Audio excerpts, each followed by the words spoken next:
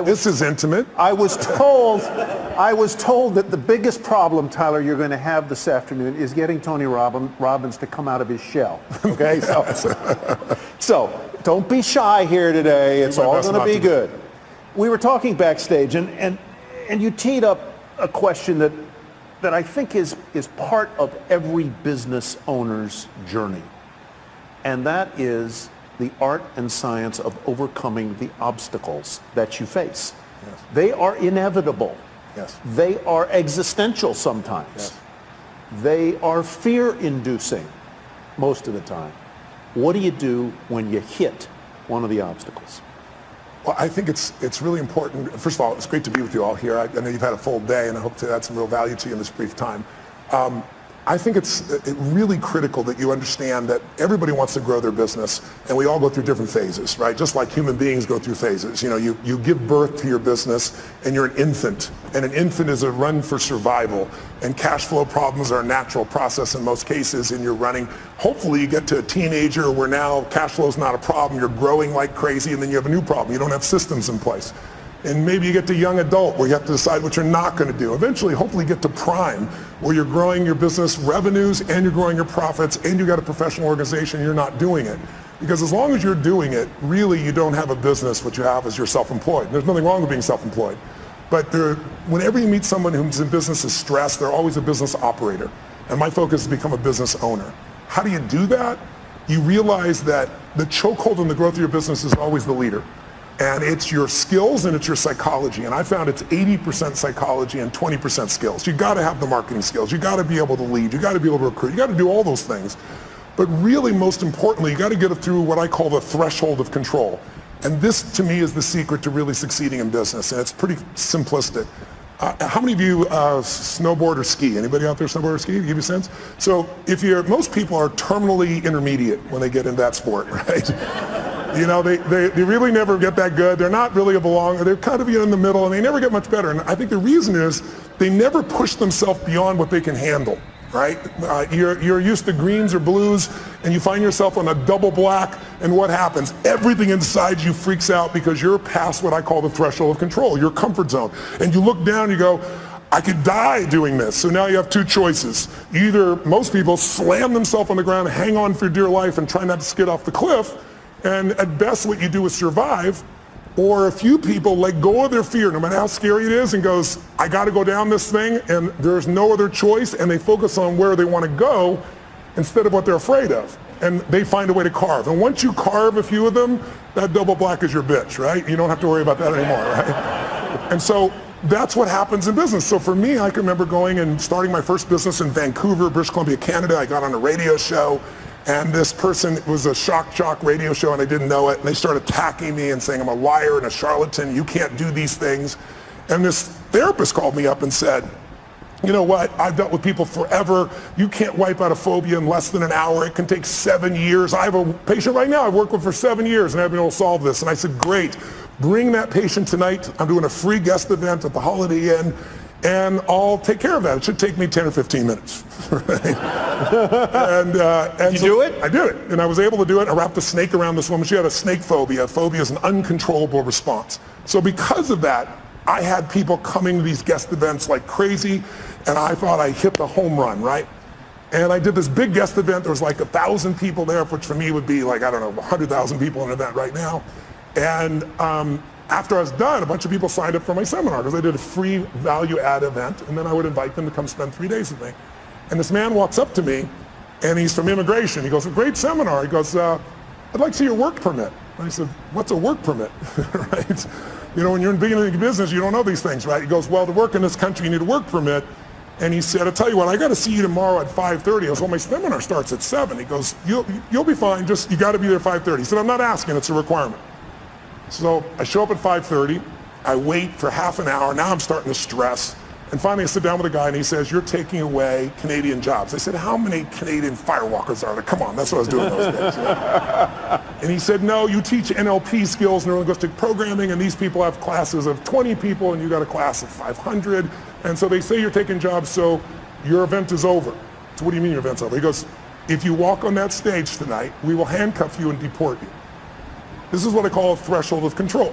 Right? He says, you're going to have to give the money back. I said, I can't give the money back. I spent all the money to put on the seminar. I wasn't a good businessman. I just wanted to help everybody, right? So I spent all the money to do it. And he goes, you have no money? Well, you're going to have to deal with that. So I walked out of the building. I have 40 minutes. People are going to arrive. I can't go on stage. What do you do? I told my 3 staff members, 2 of which were volunteers, what happened. They're like, and I said, here's what we're doing. I'm doing this seminar. And they said, you're going to go to jail. I said, I'm not going to jail. I said, how close is the border? True story. And they said, well, there's a place called Bellingham, Washington. It's about 1 hour and 40 minutes. I said, rent me 6 buses, and I'll meet the people up front before they go in the hotel, so it's not a problem. I met everybody up front. They said, this is a traveling seminar. It's a surprise, right? We're going to Bellingham. We're going to America. And it was a 3-day seminar. We had to go and come back each day and night for 3 days in a row. I got all but 4 people to agree to do it. And then I got to Bellingham, Washington at the Holiday Inn there, and there was like a bar mitzvah or a wedding or some stuff next door, and it was so loud you couldn't hear anybody. And so I said, just lie on the floor, close your eyes, I'm going to hypnotize you into this shit, right? You know? But so what happened was you learn how to get through that, right? And we learn how to be resourceful. When you realize that your problem is not a lack of resources, it's not a lack of money or technology or contacts, it's not. It's your psychology. Because the ultimate resource is resourcefulness and human emotion. That's what starts wars. That's what makes a business begin. That's how you have children. That's how we end wars. It's all emotion. And so what I really learned to do is how to manage my emotions. So, once you solve that one, the next one shows up. I started a franchise, and a couple franchisees were really upset when one of the people representing on my side said they didn't make things clear to them. And it's all bullshit, but it cost me $5 million in 4 years. I thought, the first one was like a $50,000 challenge. Now I got a $5 million challenge. And it took all the money I'd saved in my entire career to pay that off, and I was starting over again. And then I grew from that. And then I finally got, I had a partner in business, and long story short, they had a business that was losing $1 million a day, and he turned it around and making $1.8 billion in EBITDA.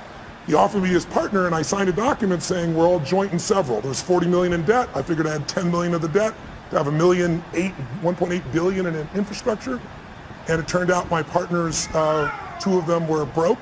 They weren't billionaires. They had lost their money. And the other one was the son of a billionaire, and his dad had given him nothing, had $5 million to his name. So I was on the hook shortly after for $120 million when they didn't have $120 million. I figured out how to deal with that. By doing that, I eventually took my companies to this year will surpass $6 billion in 33 companies, because I made it through the threshold of control. So I want you to know, when you see these big numbers by any entrepreneur, they all started with blocking and tackling, and they all started with how do I get both the skill and, more importantly, the psychology. You can get the skill if you can get that part of you that just doesn't die, the part of you that finds the way to add more value than anybody else so you can keep growing. Where does the perseverance come from for you? Where does the indomitable spirit come from? Here, the title of your book, Unshakable. Yeah. Where does the drive come from? You did not grow up in easy circumstances. No. At all. No college. No. At all. No. All self-educated. Self-educated, a household that was not easy. True. Is that part of the reason that you are as perseverant as you are, as optimistic as you are, as forceful as you are? That didn't create my optimism. No, it didn't create your optimism. but maybe it was a way to I think it developed moxie. My mother was a really good woman. I didn't talk about it when she was alive, and frankly, even if she passed, I didn't talk about it until one day I was sitting in front of a group of 30 kids that were abused by their parents, and I told them that your biography is not your destiny, and you're not defined by what happened. But I could see in their eyes, a big, tall, white, rich guy, he doesn't understand. And so I told him the whole story. My mom beating me against the wall till my head bled, pouring liquid soap down my throat till I threw up. So I think in order to protect my younger brother and sister, I had to become a practical psychologist. That drove me, and I developed moxie to be able to deal with stuff. So that was the gift. If my mom had been the mother I wanted to be, I wouldn't be the man I'm proud to be, I think. So that was the gift in it. But I think the drive part is falling in love with your customers. I love people. I've always loved people. And I hate suffering because I've suffered. And I love to light people up, and not just light them up, pump them up. I love to have them have a skill, have them a tool, have a system. When I do my boot camps each year for our business mastery programs, I guarantee everybody there on the day one, you'll have $1 million of value in your opinion, or we'll keep all the stuff you got and we'll give you your money back. No one ever leaves. because I know how to add that value in the business for those people. So I think the drive is the biggest mistake I think businesses make is many businesses are started by people that you built a product you love. And that may still be true for you. Like you built this great jewelry, or you built this great software, or whatever skill set you have. But the problem is the world changes so fast now. I mean, I'm old enough. Who remembers the Sony Walkman? Anybody ancient enough to remember that shit? That product lasted 20 years. Now a product like that won't even last a year, right? The competition is too high. So today, if you and I are going to really succeed, you got to fall in love with your ideal customer. Because look, I'm sure you know that right now the economy we have is looking pretty good, but it's going to correct because we've done nothing since 2008 except print more money. And we didn't even print money, we put ones and zeros in computers. So there's going to be some corrections, and when those happens, it's going to shake people up. You need to fall in love with a client who's going to do well with you even when the economy goes to hell. Think about it, Starbucks, I was sitting across from Howard Schultz and had a great conversation and said, what is he most proud of? And he said, he used to say starting Starbucks. Then he said, now it's surviving 2008. If they closed, I think it was 1,300 stores, if I remember correctly, for $2 coffee. So you need to get your ass ready for winter, because it's coming. And if you have got challenges now, but if you do well in winter, you'll dominate for the rest of the time. And the way you do well in winter is you fall in love with your ideal clients, and then you come up with the irresistible offer for them. Steve Jobs created 99-cent songs, but he didn't create that shit. We all know that. Where'd it come from? Who's old enough to remember Columbia House, where you got like 10 albums for $1? Remember that? Or for a quarter and stuff. They built $1 billion company. Tom's Shoes, shitty product. I love him. Great what he does, but 2 for 1, being able to do something where I get it and I benefit somebody else, brilliant idea. Built the whole company on that. He didn't build it on the product. He built it on the mission, right? So you need an irresistible offer for the client who's ideal for you, and you want to fall in love with a client. Don't fall in love with your product or service, because those need to change. And if you fall in love with your product or service, somebody's going to beat you. They're going to be anticipating. I always tell businesses, there's 2 businesses you have to manage right now. You have to run the business you're in, because if you don't run that, your cash flow, your challenges are going to bite you. But you also have to run the business you're becoming. And both businesses you have to be making progress on. If you get all excited about the future and all the cool stuff that's coming, and you go work on that, and there's no cash flow now, you're dead in the water. If you just work on today, you're going to wake up and go, what the hell happened? My competition beat me. It's those 2 sides. And my 33 companies, I look at what the company is now and what it has to be constantly. So we're doing the grunt work, if you will, the important day-to-day work, while we're anticipating the future. When you were building your businesses, and you've gone through an evolution, as all business owners do. I mean, what you were doing 30 years ago isn't really what you're doing today. How and when did you know that you were doing in life what you were meant to do? Because I think that's part of the quest of the entrepreneur, is to achieve that. When did you know it? How did you know it? When did I know? I think I've known you. I think you know it at different stages, at different levels, at different times. It's like I can remember one that stands out from you. Yes, that pops in my head is President Clinton calling me. I was with Peter Guber, my partner in the esports business, and we both owned the LAFC, new MLS franchise, soccer franchise, building a stadium here. I was at his home in Aspen, and he says, the president's on the line for you. And it was President Clinton. And I picked the phone, and I talked to the president for a few minutes, and he told me what's going on. And I said, Mr. President, I'm completely honored you want me to come visit with you, and I'd love to, but I want you to know I'm not a fan. I said, it was the time in which you said the economy's stupid, and then you turned around and did all these things that weren't related to the economy, and he looked like a very weak president at that point. And I remember Peter looking at me going, you just told the President of the United States you're not a fan. He's calling you, telling you, and inviting you to come out to Camp David. But it was great. I said, I want to be sincere. I'd love to serve you, but I'm not a sycophant, right? Yeah. And so I went there and spent time with him. And I think the moment I know that I was doing what I love was, there were a couple other people there, and they were all trying to get his attention. And he and I went for this walk, and this deer went by, and he was telling me, about all these past presidents. And he was honestly at the time complaining about how unfair things were. And I thought, this is the President of the United States, and he's effed up. And I'm 31 years old, and I got to help this bastard, and then that night he wanted me to stay, and it was New Year's, and I left Aspen with my family and Peter, and I promised my family I'd come back, and I said, no, I promised my family, Mr. President, I said, I'd be happy to work with you in the future, and I left. Leaving the president when everybody else stayed was a moment I realized I'm doing what I'm really supposed to do. I've kept my priorities straight. My family's still number one. Making contribution is number two. I'm able to play on the scale that's global, and I'm able to play on the scale that matters most, which is local and family. I think that would be a moment that sticks out for me. I don't want to spend a lot of time on this, but since you brought up the subject of presidents, I have to ask you about the current president. Yes. Walked right into that one. Have you advised him? And if you haven't, how would you help him? Brain transplant? No, just kidding. Look, I know the president quite well. I've known him for many years. I gave him his first big speech. I might be to blame. He wrote about it in his book. He thought he was coming to speak to 200 people in my seminar with 10,000 people, and he just kind of lost it a little bit. And then his number one piece of feedback on how to succeed was get a prenup. And I thought, oh my God.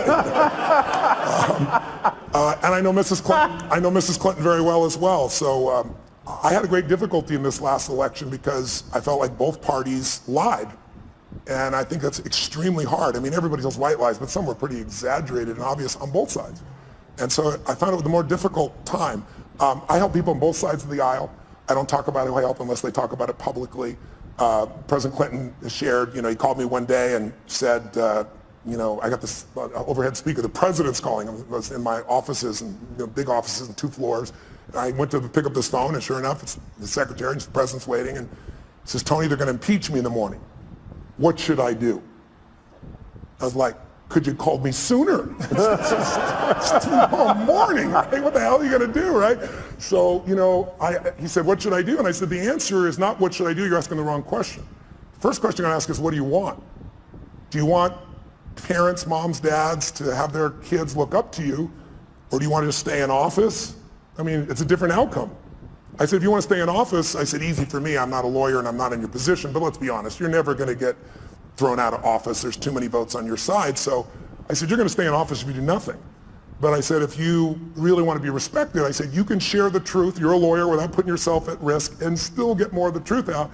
And we had this great conversation. He said, man, that's exactly right. That's exactly what I do. So I'll call you back. I'll call you back in 20 minutes. So I'm waiting 20, 30, 45. About an hour later, the secretary calls me and says, the president wants you to know he's still resolving things. He wants to get back to you. And then another 30 minutes went by, and I'm thinking, I'm affecting history here, right? And then I saw him standing with all the Democrats beside him just saying, nope, we're going to kind of keep the same component and went through things. So over the years, I've had a chance to work with people on all sides. And what I think about the current president is he's a terrible communicator, but I think he actually has some good ideas.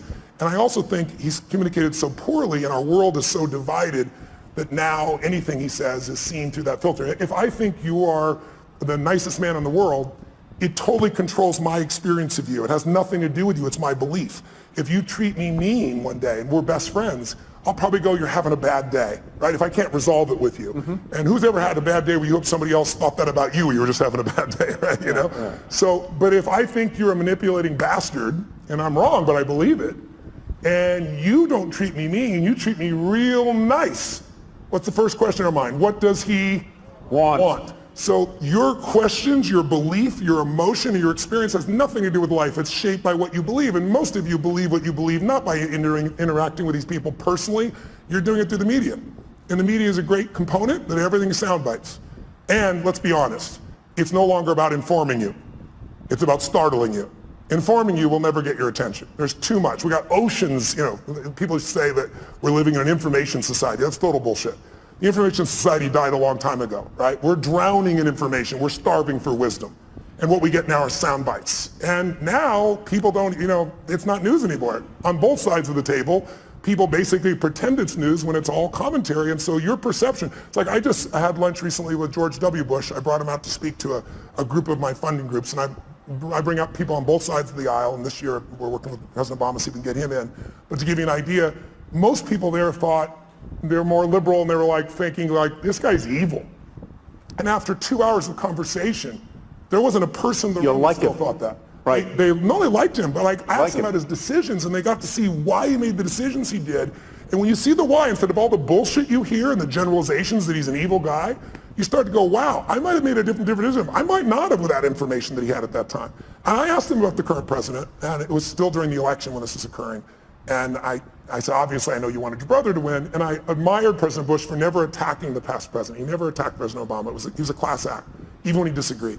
So he told me privately what he felt. And then he said, Tony, I remember when Nixon was elected, and he said, I thought that was the end of the American presidency.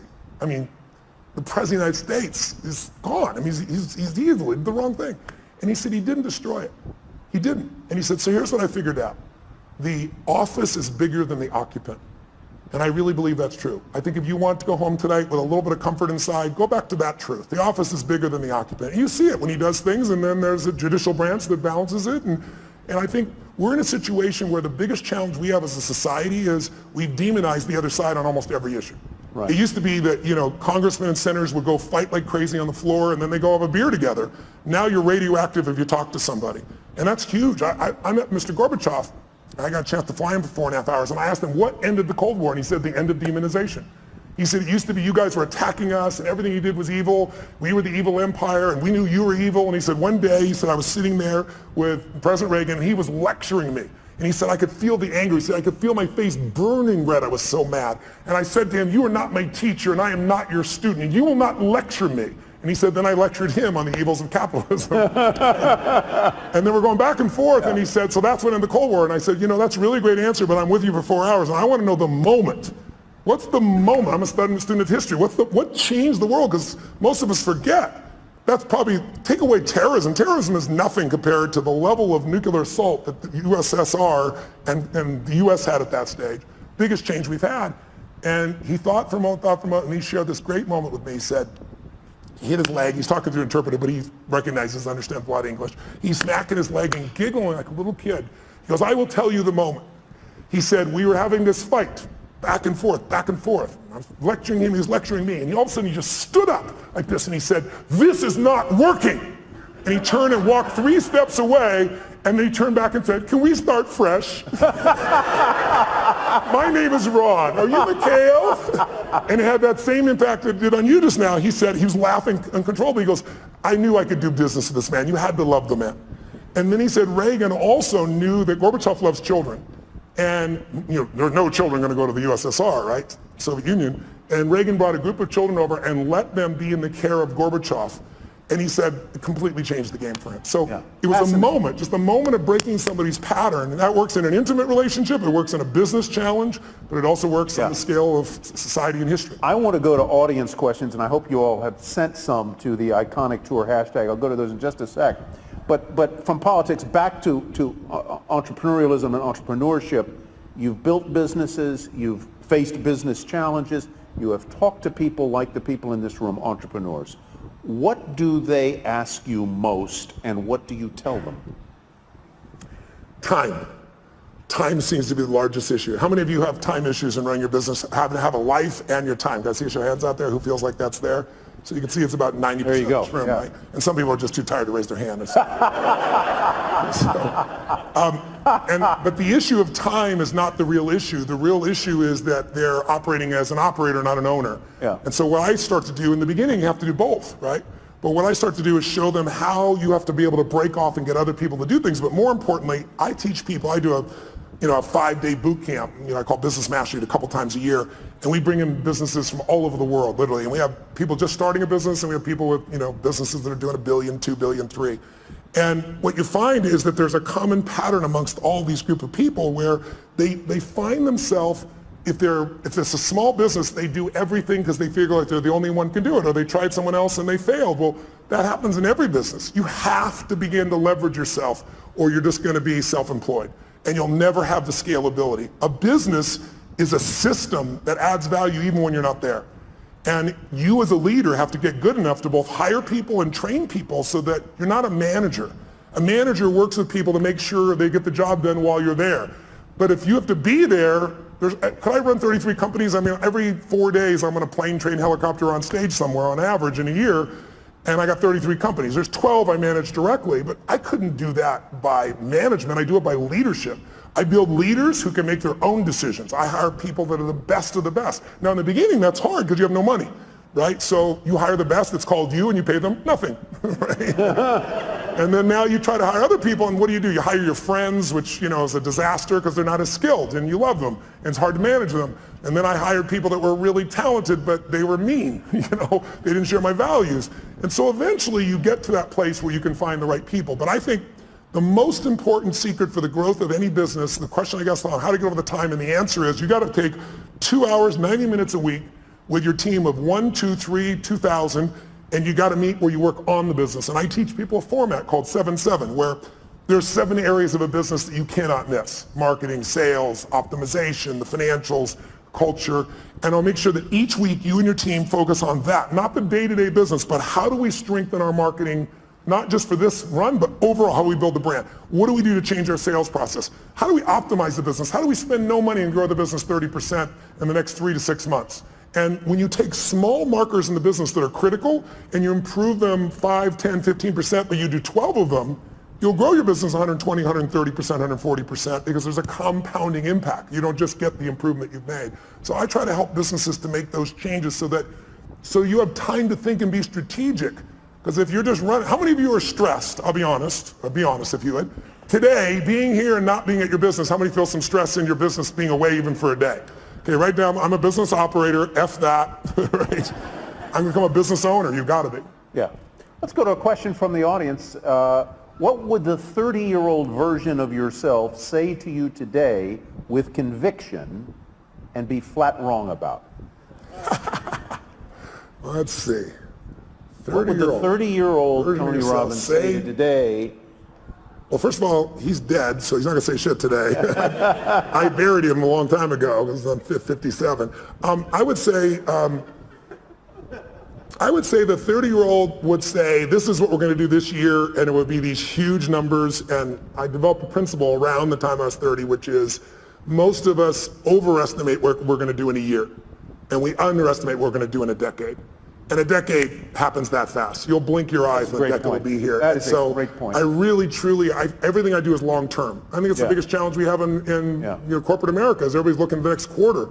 Instead of the best business people, the Mark Benioffs, the Steve Wynns, the Peter Gubers, the people that I hang with, they all are decade-long people. When I was 14, I said, this is how my life's going to. I decided. I said, in my 20s, I'm going to help. I want to have the skill to help anyone change their life. If I'm committed and they're committed, it's going to be done. I'll have the ability. So I got to build to that, which I did. And then I said, in my 30s, at 14, I said, I'll do that with groups of people instead of one-on-one. And then in my 40s, I'll do it with big groups. In my 50s, I'll do it with companies. In my 60s, I'll either do it in government as a servant there or in a religious context, because I'm a spiritual person, but I don't tell people what to believe religiously. But at that point, I've lived long enough, maybe I will. Would you ever run for office? Before I would have said yes. Now the answer is no. I've served on both sides of the aisle, and it's not really about the office. It's about fundraising right now so much of the time. And I would not do that unless I ran with my own money on maybe a small number of friends. But at this stage, I think it would disrupt my wife's life so much. Yeah. I'm a very public person and she's not, and I feel bad for her, so I don't think that would be the right direction. Let's go to Jeff Conlon's question. If mindset is the key or a key, how do you shift your mindset? I was going to ask a question that's related to that, and that is, you're now, well, you say you're top of the world, but you're a confident guy. What do you do? What do you do when you have self-doubt? And that's sort of, how do you shift your mindset? How do you deal with self-doubt? I don't have a lot of it at this stage, but I... Shocking! I'm being honest, right? I think self-doubt is, instead of self-doubt, I would say questioning. I think it's critical to question, but at certain stages. If you're questioning all the time, you have nothing but fear and doubt, right? You only believe something because you don't question it, right? Someone tells me, oh, so-and-so, talk behind your back this, and you go, no, they're my friend, they'd never do that. Your belief, you're certain they're not going to do it, so you don't even entertain it. But if 2 or 3 people tell you that and they go, wow, could John really be doing this behind my back? And you start questioning it. Have you ever done that? You've been upset with somebody, you confront them, and then you find out it's all bullshit, they didn't do anything wrong, and you feel like an idiot? So for me, I think there's a time to question. And so I organize that. When I'm beginning something, I do that. And my investments is a perfect example. If you look at somebody, like Richard Branson, for example. Richard is this giant risk taker, right? But he's got one question. He questions within himself and everyone else. How are we going to protect the downside? It's his number one question. You never believe it. The guy risks his life. When it comes to investments in business, he doesn't risk anything. He told me when he was building Virgin, he's taking on British Airways, and it's a giant outlay in capital. I mean, this could literally bankrupt him, and everybody said it would. So he said, okay, how to protect the downside? And he negotiated with Boeing for a year and a half and convinced them that if he went out of business, if he was wrong and lost his business in the first 2 years, he could give back all the jets and have no liability whatsoever. So his whole focus is asymmetrical risk reward. How do I take the least risk with the most upside? If I was going to say anything to entrepreneurs in this room, the illusion that you've been taught is that great entrepreneurs take giant risks. It's total bullshit. There are some exceptions that have, and they've gotten lucky. But if you look at the ones that consistently succeed, they know the upside will take care of itself. They focus on how to protect the downside, and they take risk where they know I'm taking a limited risk for an unlimited upside. So if I'm wrong, I'm still okay. You know, I work with Paul Tudor Jones, one of the top 10 traders in the history of the world. And Paul, I've worked with him, I've coached him now for 24 years. He hasn't lost money in those 24 years on his own personal trading. And during that time, I've learned so much from him. And the biggest thing I learned from him was this asymmetrical risk reward, that when he risks $1, he wants to be certain he's going to make $5 where he doesn't risk the $1. See, most people risk $1 to make 10% or 20%. You won't do that. If you do that, you're going to go broke. Because here's what happens. You risk $1 to try to make $5 and you're wrong. Risk another $1, and if you win, you still win big. You can be wrong 4 out of 5 times and still break even. That's how the best in the world do it. They don't do it by taking these gigantic risks where everything's on the line, and if it doesn't go perfectly, you're out of business. That's why most businesses go out. You want to think of asymmetrical risk reward. Tudor Jones, curiously, as an aside, was a classmate of mine at the University of Virginia. Wow, that's awesome. I met him there. He would world. never remember me, but a fascinating guy. Another aside, because you mentioned he's a hedge fund manager in Connecticut. You did a brilliant interview with Ray Dalio for, I believe it was Facebook, not long ago. Yeah. And his book is really terrific, called Principles. I recommend you all go get it. It's very, very good. It's one of the greatest business books I've ever read, because if you don't know who Ray is, most of you know Warren Buffett. That's because Warren Buffett is sweet in shares and his public nature. But Ray is actually the most successful investor of his type in the history of the world. He's returned more money to investors from a hedge fund perspective than anybody in history.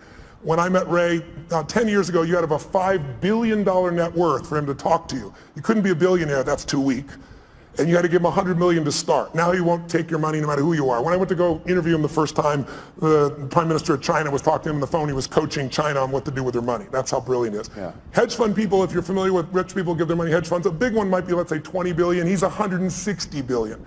But go get his book. He flew down to Palm Beach to my home. And it's called Principles. He said, I want you to be the first person to interview me and do it on Facebook Live, so I did. But I love this man, and he will show you how he built from nothing. He literally started with nothing. He worked as a caddy. He started when he was 26 years old in a 2-bedroom apartment, and now he's got 1,800 employees and 160 billion. And he's one of the 100 richest men in the world and one of the top 10 that you'll meet. But his insights about how to run a business, how to run your life, we all need principles to guide our decision making. If you really think about it, success is the result of good judgment, right? If you make great decisions, you're going to succeed. But where does good judgment come from?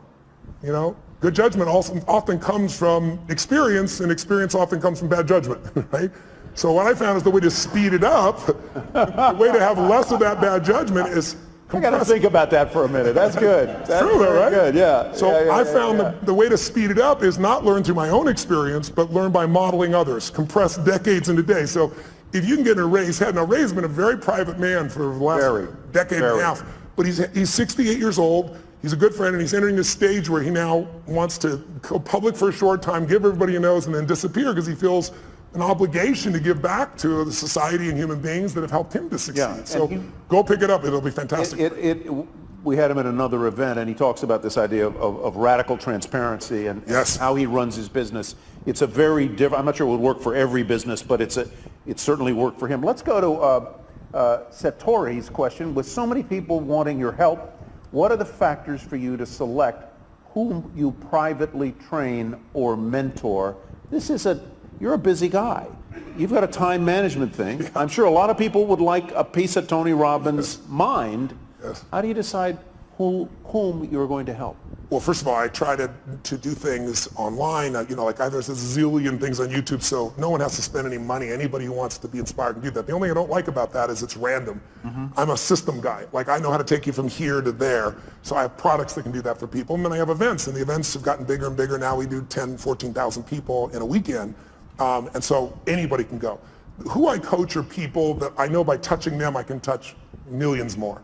So when I work with Mark Benioff at Salesforce, in the early days, Mark sat in the front row, came to 3 of my same seminars in a row, and I was like, are you new? Are you a little slow? I was teasing him, And Mark's as big as I am. He stands up, and I'm looking at this guy eye to eye, and he goes, my name is Mark Benioff, and because of you, you finally pushed me over the edge. I'm going to start my own business. I'm leaving Oracle. I'm going to start this company called Salesforce.com. And he said, and you mark my words, we're going to change business around the world. We're going to do $100 million in business. Well, this year he's going to do 10 billion, right? So he's grown a little bit. But when you're around people like that, you get to see what the distinctions are that separate people. You get to see what makes them stand out. And by coaching him, I'm able to affect everybody, not only all of him and his employees, because he's that kind of owner, right? He's a leader, but also he's a leader in the social community. He's very conscious about that. And everybody from Facebook to Apple to GE, their back end is Salesforce. So impacting him impacts many other people. And then I just pick people who I feel the need is. I mean, somebody stops me on the street, my wife will tell you I can't not help. I got to help someone. Now I may have limited time, so then I'll invite them to a seminar or send them a book or a package or something so I can give them a guide to go to the next level. So I don't ever say no, but I can't coach everybody one-on-one, so I try to do it in groups where there was a wonderful anecdote I read, since you brought up Mark Benioff, that I guess he was a guest at your home or resort in Fiji, and in the middle of the night, he and all of the other guests, this goes to the question of how do you overcome your fears?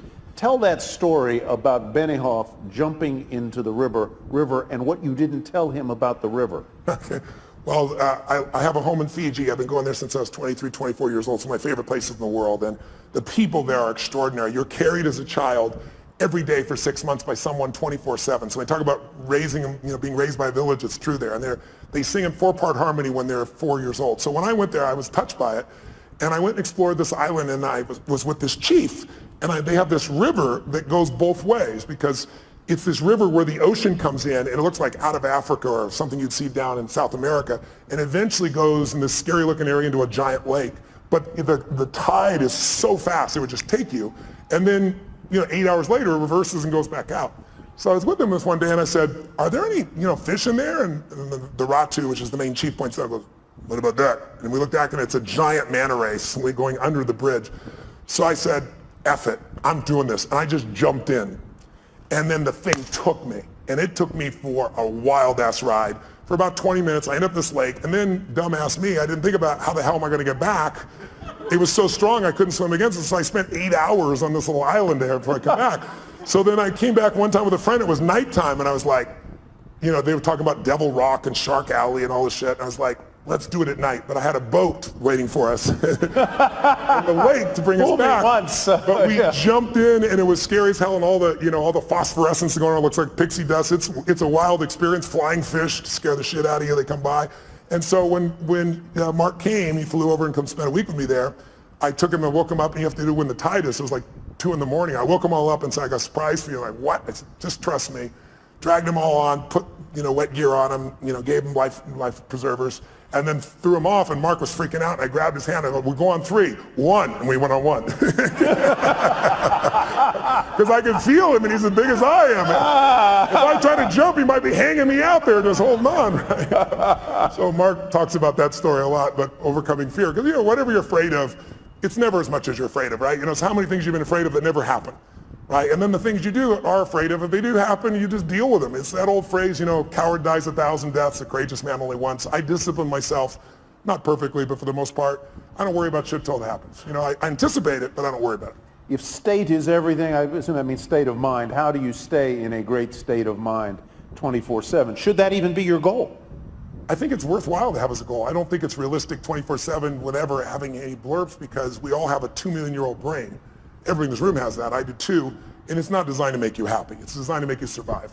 So if I said to all of you right now, what does that brain look for? It looks for what can hurt you, and it exaggerates it. And since there's no saber-toothed tiger now, it says, what are people thinking of me? Will my business make it? Do I have enough money? And these are all easy things to solve, but our reactions in our gut, when we let the fear part of our mind take over, that basically the survival software, if it runs you, you're in trouble. So a few years ago, I actually lecture on this now. I say, you need 2 skills to have the quality of life you want. If you want an extraordinary life on your terms, whatever your terms are, you need to master the skill of the science of achievement. You got to figure out, how do I take what I dream about and make it real? And it's a science. And you can model other people, and you can learn, you can speed up. I've spent my lifetime doing that. But the second skill, and the one that most people don't give enough value to culturally, is more important. And that is, you need to alter, if you want an extraordinary life, how many people do you know that have achieved it? How many have done this? Who's achieved a goal that was a big goal? You worked your ass off and you achieved it. And then your brain went, is this all there is? Who's had one of these moments? Yeah, almost everybody. And that's worse than failing, because we're all achievers in this room, right? So if you fail, what are you going to do? You get back up, you try another approach, you're going to eventually succeed. You know it in your gut if you're really driven. But if you succeed and you're miserable, now you're what I call technically screwed, right? I mean, because if you're not happy with what you got, I mean, failing, you get up and do something new, but succeeding, where do you go? So I really believe, you look at somebody like say, Robin Williams. I think the loss of him is one of the greatest losses we had. He's loved worldwide. I asked people all over the world last year, in China, I asked them in Japan, and Sydney, Australia, throughout the US, how many of you loved, don't raise your hand if you liked him, how many of you loved Robin Williams? I'm curious. Keep your hands up, look around the room. Like 98%, only 2% assholes that didn't like Robin Williams in this room. But when I say this, I didn't say like, I said loved. And so here's a guy, was he an overachiever? He came to Hollywood, everybody comes to Hollywood. He said, I'm on my own show. Oh yeah, sure you are, buddy. Who's old enough to remember the show? What was it called? Mork and Mindy. Mork and Mindy. It's old people in this room, clearly, right? He does Mork and Mindy, but he also makes it the #1 show. Then he says, I'm gonna have a beautiful family, he does that. Then he says, I wanna make more money than I could spend, he does that. Then he says, I wanna make movies, he does that. Then he says, I wanna win an Academy Award for not being funny, his #1 skill. And he did it. And then he hung himself in his own home, leaving his wife and children to find his lifeless body. How do you explain that? I'll tell you the answer. He made everybody happy but whom? And his wife said he had Lewy bodies and upsets in his brain. That's all true, but he used drugs and alcohol his entire life. He suffered his entire life, made everybody happy but himself. And so I love the guy. One of my birthdays, I was at TED and I did this talk, which was very popular, and he came to my birthday party. A bunch of guys took me out to dinner that night and jumped on top of the table and sang happy birthday as a Russian woman and then as a Chinese man. And you know, I've never lost a suicide, knock on wood, out of thousands. We've made films and follow-up, but I had no idea that's where he was. But I look at a man like that, I say, he's a warning as much as we all loved him, even more so because we loved him. I know none of you are going to kill yourself. I'm not worried about that. But a lot of people live a long time, but they don't really live, you know, because they let their stress and their frustration, you know, I always say achievers don't get fearful. We're all achievers, right? We don't get fearful. We just get stressed, right? Stress is the achiever word for fear. Because when I say to you, what are you stressed about? Well, I got to do this. I got to make this thing happen. What if you don't? Well, I got to. Well, what if it'll fall apart? What if it falls apart? Then it'll fail. What if it fails? Then I'm a failure. What if you're a failure? And now if I follow the trail of your stress, it'll take me to your deepest fear. And the only way to have your life work is to face that fear and push through it. What is courage? Courage does not mean you're not afraid. It means you're afraid and you do it anyway. You're scared shitless, but you do it anyway. And I think if you're going to succeed at the highest level, you've got to face those fears. Leads right to the next question. Based on your experience, what are the top 3 characteristics to have in order to be successful? For these type of people, what does success look like? What does it feel like? What are the characteristics that can get you there? What success looks like and feels like is different for everyone because we all define success in a different way. So I leave that to them. But what does it take to succeed? That I can tell you because I could be an idiot at this point. But when you've been with 50 million people, 4 million in live seminars for days and nights and days and nights, I know that whatever we do, it's a result of our patterns. It's not us. There are certain patterns that'll make you angry, they'll make you frustrated, they'll make you pissed off. And there's certain patterns of thinking and feeling and using your body that'll make you playful and fun and grateful and excited and passionate. And if you think it's you, because you've done a pattern so long, it's hard to change yourself, but it's easy to change a pattern. Where do the patterns come from? We learn them through our conditioning. When you first are born, you can do anything and you're loved. You can, scream, yell, go to the bathroom in your pants. Try that when you're 30, see if it works, right? But you learn very quickly as time goes by, your love for nothing as a baby, right? Your love no matter what you do, because your mother's, got oxytocin. She's drugged, natural drug in her body. Men get it too, but women get 10 times as much. That's why a healthy woman cannot leave her child. A healthy man can, but a woman can't. She's biochemically healthy. And so you look at this and you say, what are the 3 things needed? I can tell you what they are. The number 1, I love intelligence. I love wickedly intelligent people. I try to hire as many of them as possible, learn from them. But what's more valuable than intelligence is hunger. You find, if you looked at what's the common denominator between Richard Branson, Mark Benioff, You give me your list of whoever it is. I guarantee if you dig underneath, their hunger has never gone away. Some people get hungry because they got a goal to, achieve something or get in a swimsuit by a certain date or some stuff. But that's not an identity change, right? These are people that are like myself. I'm hungry today at 57 more than I was at 26. I'm feeling me. And when I say hungry, I'm hungry to contribute, to learn, to grow, to make a difference. I'll never settle less than I can be or do or share or give or create. And everyone I know that's successful, that's the driving force. Because with that hunger, you can get the skill. With that hunger, you can figure it out. There are a lot of very smart people who can't fight their way out of a paper bag in a pragmatic way. And they got, great transcripts and shit like that. I went to Harvard one time and I spoke, and right before I spoke, they had voted at Harvard Business School to not release anyone's transcripts to the recruiters of the businesses coming in, to block it. And the argument was, your education is more than just your grades. And I went berserk. I got up there, first of all, they said, Tony, I expect to be, 1,000 people there, a couple thousand people there. And they said, no, Bill Gates was here, we had 300 people, it's gonna be much smaller. But we ended up with about 1,200 people, standing room only. And they gave me 30 minutes, and of course I went 3 hours. I did, no one left. But one of the first things I did, I said, what is this bullshit I'm reading? This was in the paper that day. I said, listen, I'm not trying to be disrespectful, but you've been disrespectful to each other. I said, if you're not willing to show your transcripts, I agree with you. Your career, who you are, is more than just your degree here. But you chose Harvard for a reason. And there are people here that have worked around the clock and gotten, 4.0, and you got yourself a 2.6, and you're going to block them because there's more of you than the 4.0. It's not going to work that way when you get in business. When you get in business, you guys who are doing this right now, you're going to be judged on one thing, results. And your grades are the results in this context. And if you think your grades are not it, then convince me as the interviewer that the grades are a part of it, but there's so much more you've done. If you can't do that, you're never going to make it. I said, you guys, anybody voted for that? Just count on a future that is full with pain. And the room was like, it was pretty intense, I guess. I thought it was pretty soft, personally. And then all of a sudden people stood up and they did a standing ovation, and people said, this is bullshit, because this is what happens sometimes in a democracy. Sometimes in a democracy, the lowest level standard is what becomes natural. We're seeing it right now on the political side. We're seeing people that are, in Berkeley, the home of free speech, people throwing things, burning things, destroying things, who are supposed to be liberals who should be open for open speech. And then you see conservatives that are just as dumb, saying things that are inflaming people. It's not one side or the other, it's us as a society. We gotta shift it. We gotta go from demonization to saying, let's say it's a fight over guns. Very emotional fight. What's the problem? We demonize each side. Nobody in this room, whether you're pro-gun or against gun, whether you want gun regulation or not, there's nobody in this room that doesn't want their children or their friends or their family safe and protected. We just disagree. People disagree on how. And if we can start with what we agree on, we can actually make progress. But today, there's no progress because we now also augment this with social media, and we augment it with the regular media. And think about it. The media is not here to inform you. They're here to startle you. We all know if we say something inflaming, you're going to talk about it, share it on social media, and they get a multiplied effect. It's all about advertising. So you have to really discern yourself today. You have to understand it's the Wild West, not only on the internet, but on television as well.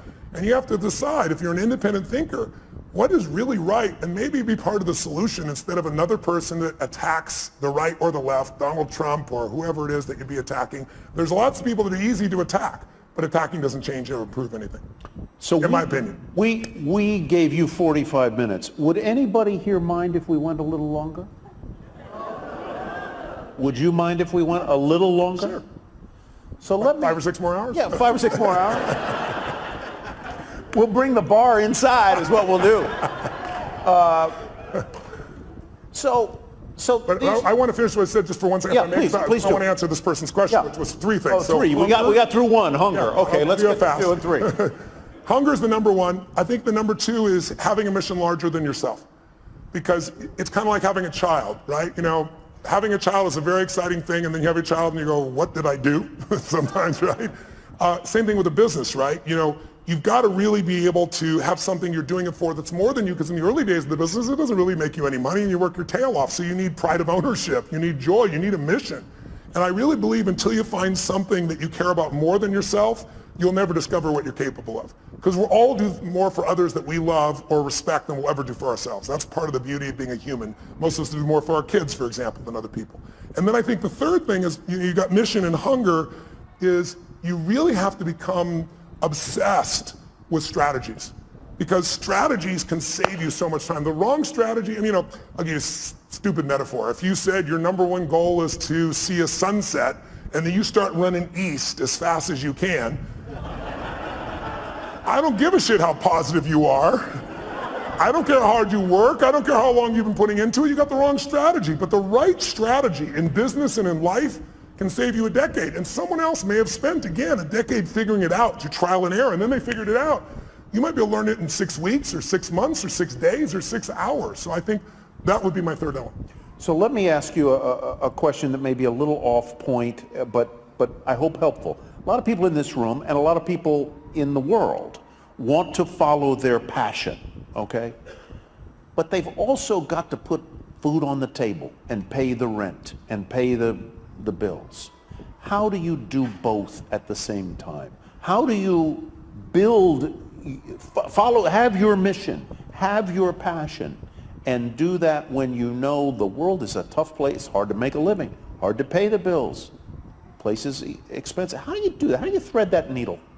Well, it depends on who you're dealing with, right? If the person is entrepreneurial and they ask me this question, I always tell them, you've got to take care of your kids, you've got to pay the bills. And I said, but, tell me when you work. And they tell me, well, I work, 9 to 5 or 8 to 5 and I'm exhausted and everything else. I said, well, what are you doing with the other 8 hours? Because that's what I did. I worked as a janitor all night long, middle of the night, everything else. I could compress time there because it was based on results, not time. So if I could do a great job in shorter time, I had that time. But then, what I start doing between, 7 o'clock at night and 2 in the morning, which is pretty much the time I worked, that's when I was developing myself, getting the skills, learning, educating, starting the business. So I think people just have to realize it's a gut-wrenching process. It's not, entrepreneurship is not for everybody. Most people fail in entrepreneurship. The vast majority fail. 96% at 10 years, but what happens after 10 years? All clear sailing after that? Anybody remember Lehman Brothers? They ran a century. They had gross revenues over a century of more than $1 trillion with a T dollars. That's what went through their bank accounts over that century, and they're gone. So I don't think it's right for everybody. I think you have to really be clear, is your personality the right personality if you're going to begin in this area? And then if you're going to work for somebody else, you can still become financially free, but that means you got to stop being a consumer and become an owner under entrepreneurs. You want to own businesses, right? Get out of just being, don't just own an iPhone. Own the company, but not just Apple, obviously. But how do you keep your energy up and your enthusiasm up? How do you do it? I'm wired for it. It's my nature to some extent, but also the other part is I get to see results. Who here has been touched by my work before? I'm curious. Anybody in this room? So look around the room, and how's it hard to be inspired when I'm in a room and a third or 40% or 50% have used my work? And so people come up to me every day, dozens of people a day if I'm traveling, and they tell me the most amazing stories. Outside my children and my wife, that's probably the greatest gift of my life. I never get tired of hearing it, and it just makes me want to deliver more, give more, have more impact. Yeah. You get the last word. Tell them what you want them to know. Well, if you're entrepreneurs out there, here's what I'd say to you. I'd say, don't be so damn hard on yourself. I know that sounds counter to being an achiever, but when you're beating yourself up, you're sucking out the energy you need to move forward. It's kind of like, I always tell people there's so much energy, and I've built mine. I do a lot of things to build my energy to be incredibly strong and have really strong endurance, because to me, energy is life. If you don't have strong energy, you're not going to do anything. But even after we look at that energy, it only goes so many places.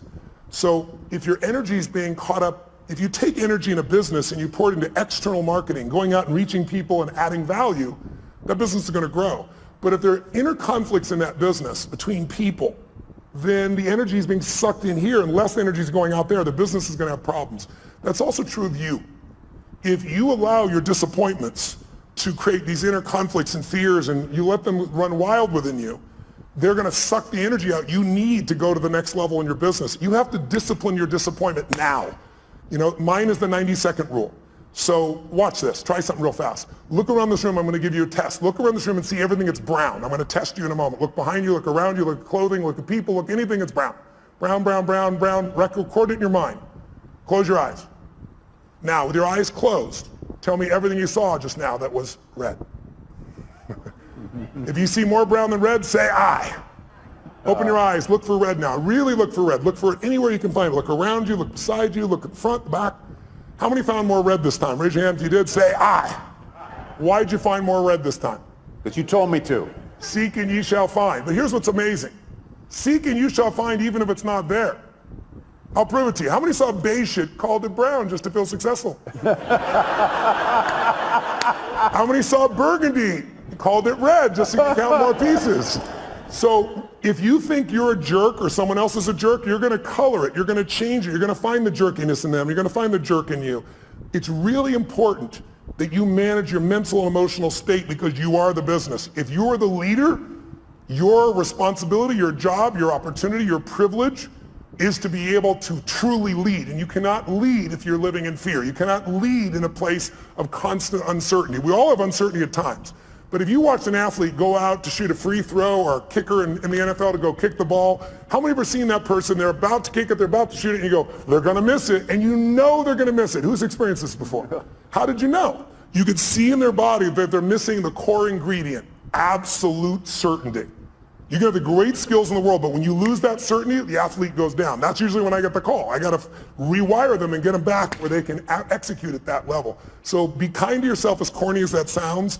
Not to be kind to yourself, but so there's more energy available to solve the problems and to build the business and to meet your mission. Because the time you're beating yourself up, you're trying to prove to yourself you really care, but meanwhile what you're doing is sucking the energy out of your growth. I had somebody who embezzled some money when I was a tiny company. Like when the company was $3 million. And the guy embezzled $250,000, and I was $758,000 in debt and thought I was in profit. And in those days, everybody told me I had to go bankrupt. And I remember I was just like so angry. There's so much anger because my business was like my child. This guy tried to kill my child, you know? So I was chasing him into Mexico so I could beat the hell out of him and put him in prison. And then I realized in the middle of this stuff, I gotta let go of this because while I'm busy being angry and pissed off, the business is gonna go under. I'm chasing birds. What am I gonna do when I catch the bird? I gotta focus on how to add the value. And so take your energy, that's all you have in this life, and invest it in the things you love. In those you love, in the mission of your business, and in your clients. If you fall in love with what you do, who you do it with, and who you do it for, there'll be no limit to your impact. But you got to be willing to do it for decades because it's all bullshit. Maybe you'll hit the lucky thing and it'll happen in 12 months. But even if you don't, even if you did, you know, I got a friend who's one of my partners in the LAFC and so forth, you know, Chad, who started YouTube, for example, and $1.6 billion in what, 18 months, 24 months, that type of thing. It's not always the best thing. Because ultimately in life, whenever you meet people who have succeeded, almost always we talk about the toughest times and laugh and remember, because in order to have a foreground, you need a background. And to appreciate the foreground, you need a background. So I found that the most difficult times have been the best times because they've made me appreciate what my life is like today. And I hope you'll just take care of yourselves, and I hope today, this whole day, all the speakers, and hopefully a little of our conversation has been helpful too, and I thank you for letting me address you. Thank you so much. Loved it.